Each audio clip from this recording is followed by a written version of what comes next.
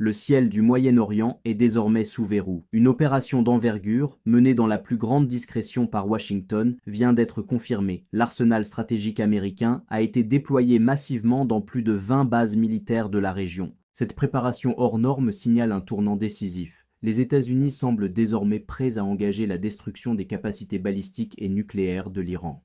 Pourquoi ce silence inhabituel de la part de la Maison-Blanche ? Pour Washington, l'enjeu est désormais une question de crédibilité mondiale. Il s'agit d'éviter toute nouvelle humiliation diplomatique en laissant les résultats militaires parler d'eux-mêmes. En installant des systèmes Patriot et Tchad sur l'ensemble des points névralgiques du Golfe, l'Amérique tente de s'assurer une domination aérienne absolue. Pourtant, un défi technologique vient bousculer cette stratégie. L'Iran a récemment dévoilé son nouveau missile, le TPG-1000CS, capable de franchir 2000 km en seulement 12 minutes. Une vélocité qui sature les capacités de calcul des systèmes de défense actuels, laissant les experts du Pentagone face à une incertitude majeure. Alors que Benjamin Netanyahou prépare une rencontre cruciale avec Donald Trump pour valider l'option d'une frappe, la résistance s'organise, même au sein des alliés de Washington. Le Qatar, la Jordanie et l'Arabie saoudite s'opposent fermement à une escalade dont les conséquences seraient dévastatrices. Le 7 février 2026, le Royaume-Uni a lui-même pris des mesures significatives, signalant l'imminence d'un risque de choc final. S'agit-il d'une stratégie de dissuasion ultime ou du prélude à une déflagration régionale ?